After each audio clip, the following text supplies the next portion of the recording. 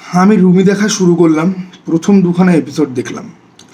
দেখার পরে আমি বন্ধ করে দিয়ে একটা সিগারেট ধরালাম।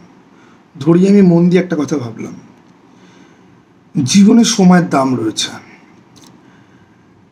এমন নয় যে রুমি খুব খারাপ বা it is just not convincing at least for me. আমি রুমি পুরো দেখিনি।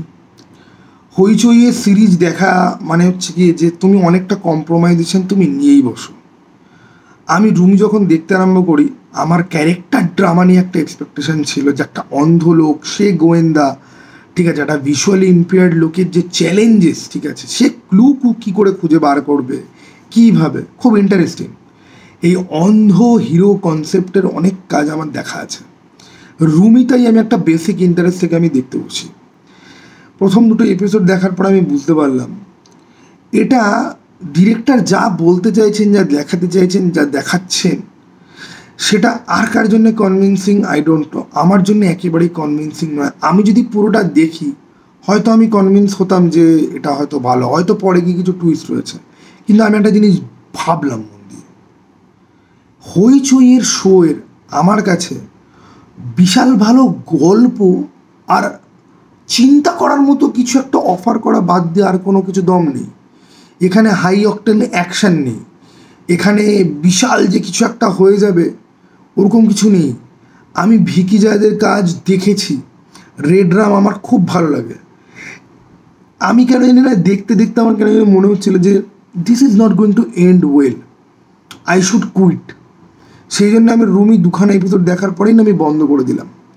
এবার আমি জানি আপনারা অনেকে ভাববেন যে তাহলে তুমি যখন পুরোটা দেখোইনি তাহলে তুমি রিভিউ কেন করছো, রিভিউ তুমি কেন বলছো এটাকে, বা কেন আমার তোমাদের কথা শোনা উচিত।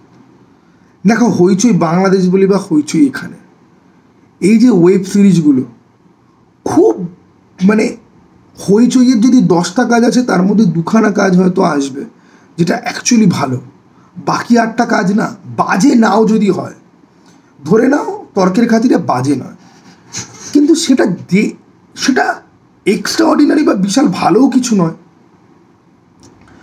আমি এই জিনিসটা আজকাল ফিল করতে পারি। কখন কি হয় বলা যায় না।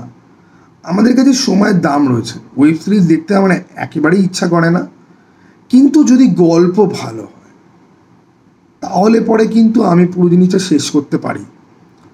আমি যে কটা ওয়েব সিরিজ দেখেছি আজ অব্দি সে কটা মানে খুবই ঝাড়াই বাছাই রেকমেন্ডেড, এবং হ্যাঁ, সেগুলো দেখার সময় আমি কন্টিনিউয়াসলি পুরো দেখে আমি শেষ করেছি।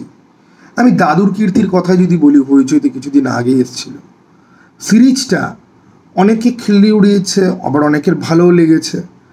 আমি কিন্তু পুরো সিরিজটা একবারেই বসে দেখেছি। আমার কিন্তু মাঝখানে মনে হয়নি যে বন্ধ করে দিই, এখানে তো কিছু অফার করার মতো নেই। একটা টেস্ট ছিল জিনিসটা। রুমি অত্যন্ত বেশি এমন একটা প্লট না যেটা তোমাকে কনভিন্স করতেই পারে না, এবং মনে হয় যে ভিকি জায়েদ চঞ্চল চৌধুরীর পেছনে লুকিয়ে থাকার জন্যই এসছে, যে চঞ্চল চৌধুরী অন্ধ চেষ্টা করছে তার অভিনয় এটা দিয়ে আমি বার করে দেবো। আর টু বি ভেরি অনেস্ট, এই লোকগুলো কিন্তু হাইলি ক্রিয়েটিভ লোক, ভিকি জায়েদ বলি, চঞ্চল চৌধুরী বলি, কিন্তু তার মানে এটাই নয় যে তাদের সমস্ত কাজের মধ্যে কিছু একটা ক্রিয়েটিভ পারসুয়েশন থাকবে যে না, আমার মধ্যে এই গল্পটা বলার তাগিদ ছিল বলে আমি আজকে ওই ওয়েব সিরিজটা বানাচ্ছি। কিছু কাজ মানুষ পয়সার জন্যও করে। দুখানা এপিসোড দেখে আমি তো বন্ধ করে দিলাম। কেন না, তো আমি এন্টারটেইন হচ্ছিলাম, না তো আমার খুব একটা ইন্ট্রিগ বা কিছু একটা ইন্টারেস্ট বিল করছিল। সেই জন্য আমার কাইন্ড অফ কি মনে হয়েছে, থাক, this is not my cup of tea. এর থেকে চরকিতে যে ফিল্মটা এসেছে ওই ফিল্মটা আমাকে দেখতে হবে। ওকে, ওই ফিল্মটা নিয়ে পরে কথাবার্তা হবে। তো চলো টাটা ভাই, আবার যেন দেখা পাই।